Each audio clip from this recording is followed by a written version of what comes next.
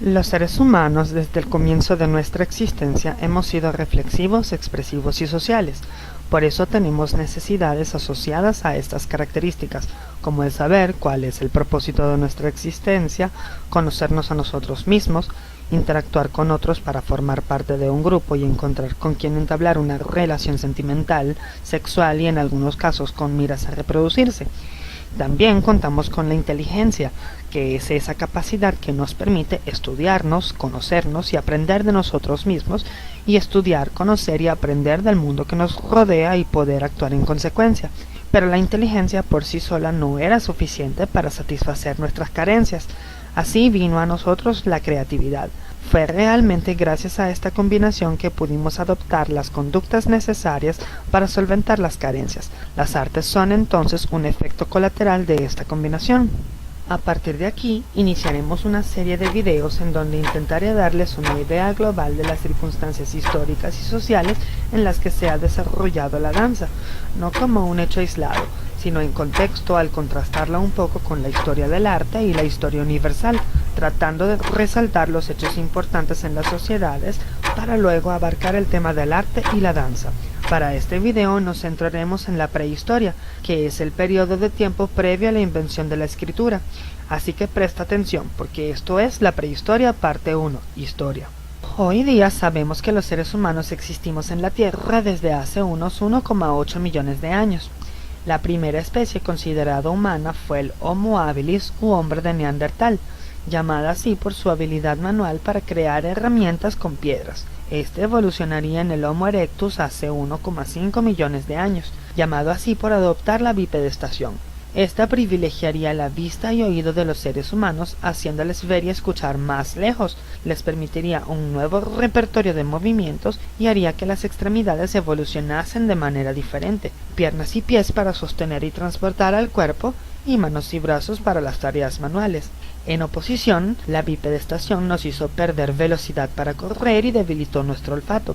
Dado que la especie humana es una de las más indefensas en el mundo animal, ya que no tenemos incluido en nuestra biología atributos que nos permitan atacar o defendernos como otras especies animales, no producimos venenos ni electricidad ni sustancias paralizantes como serpientes, alacranes, anguilas y otros, no tenemos bocas grandes con muchas hileras de dientes afilados como tiburones, cocodrilos y más, no tenemos picos como las aves, no tenemos grandes cuernos ni colmillos como venados, renos, elefantes, rinocerontes y más, no tenemos garras afiladas como leones, tigres, lobos y más, y un largo etcétera. Tuvimos como especie que inventar nuevas maneras más sofisticadas de poder sobrevivir, y para ello debimos desarrollar nuestra inteligencia. Nuestro cerebro se hizo más grande y esto marcó el surgimiento del Homo sapiens u hombre de Cromañón hace 40.000 años, que es la que conocemos como el ser humano moderno. Los antepasados de la humanidad serían los primeros en emigrar, así pues evolucionaron de manera diferente. El hombre de Neandertal apareció en Europa mientras que el Homo sapiens surgió en África, en un momento en la historia de la Tierra en que muchas de las zonas que hoy día están cubiertas por agua no lo estaban, como el estrecho de Bering entre Rusia y Alaska, el estrecho de Gibraltar entre Marruecos y la península ibérica, y el estrecho de Torres entre Papúa Nueva Guinea y Australia. Evidentemente eso facilitó mucho las migraciones con las que los humanos se distribuyeron por el globo terráqueo. Para este momento la Tierra atravesaba un proceso de glaciación que cubría gran parte del sur y el norte del planeta, por lo que África era un continente completamente diferente de lo que es ahora. Los seres humanos pudieron haber llegado a Europa de dos maneras, atravesando el estrecho de Gibraltar y luego se distribuyeron por el continente, o pasando de Egipto hacia Arabia Saudita a través del estrecho de Bab el-Mandeb y o la península del Sinaí, y separándose para ir una parte hacia Europa y otra hacia el extremo oriente, o ambas cosas.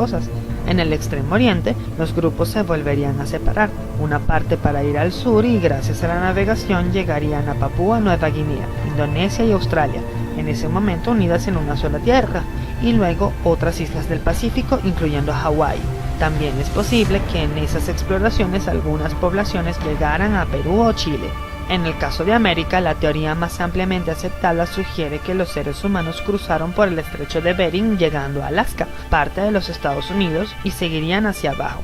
América, al estar separada de otros continentes por los océanos Pacífico y Atlántico, se desarrolló completamente aislada del resto del mundo. Este proceso de migración fue largo y lento, y comenzó con los primeros ejemplares humanos y continuó hasta la aparición del humano moderno. En consecuencia, muchos ejemplares humanos empezaron a desarrollar condiciones físicas adaptadas al ambiente en donde se manejaban, como distintos colores de ojos, cabellos y piel, diferentes estaturas y contexturas físicas, y diferente cantidad y tipo de vellosidad corporal. Los primeros seres humanos vivían en pequeñas tribus nómadas o seminómadas, que vivían de la caza, pesca y recolección. Las piedras fueron su primer material de trabajo y con ellas hacían instrumentos para cazar y pescar su alimento e instrumentos para cortarlo y comerlo mejor. Tenemos que tener en cuenta que el ser humano es omnívoro, lo que quiere decir que tenemos una dieta bastante variada. Una parte de nuestra ingesta se basa en frutas y vegetales que el ser humano recolectaba directamente de las plantas, pero al no conocer todavía la agricultura no tenía manera de producirlas. Otra parte de nuestra dieta se basa en proteínas de origen animal, que debían obtener cazando animales en muchos casos más grandes, más pesados y más fuertes que el humano promedio, así que tenían que cazar en grupos y valerse de armas para evitar los daños a personas al mínimo, o debían pescar. Con el descubrimiento del fuego aprendieron a cocinar sus alimentos. Además, para protegerse de los embates del clima y los peligros del suelo, crearon ropa y calzado. Un poco más adelante comenzaría la domesticación de animales, empezando con la del perro hace unos 20.000 años. Cuando la glaciación acabó y el hielo empezó a retroceder hacia los polos, dejando una buena parte de Europa y Sudamérica descubiertas para ser habitables, el norte de África y el Medio Oriente comenzaron a hacerse terrenos áridos en donde había poco acceso a agua y alimento.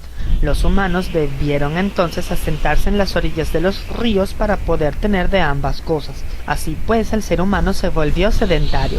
Este cambio de estilo de vida marcó el surgimiento de una primera forma de arquitectura porque ellos tenían que construir las viviendas en donde iban a vivir, y la agricultura y la ganadería, ya que necesitarían tener su alimento a mano, consolidando así la domesticación de animales y plantas. El llevar un estilo de vida más rutinario en el cual el ser humano debió aprender a apartar una parte de su tiempo diario para trabajar, se necesitaba una manera más práctica y concisa de comunicarse. Así decidieron usar palabras para ponerle nombre a las cosas, las personas, la posición de cada quien en la sociedad, las acciones y las cualidades, con lo que empezaron a surgir los idiomas. También con esto el ser humano empezó a tener conciencia o sentimiento de propiedad, haciendo así que todos sintieran que poseían cosas, su casa, sus tierras, su ganado, su familia, etc. Gracias a la vida sedentaria con una alimentación más balanceada y estable, la población crecía. Al no tener que movilizarse, posiblemente habría menos riesgos de pérdida de embarazos, era más seguro para las mujeres dar a luz y era más fácil encargarse de los niños mientras crecían.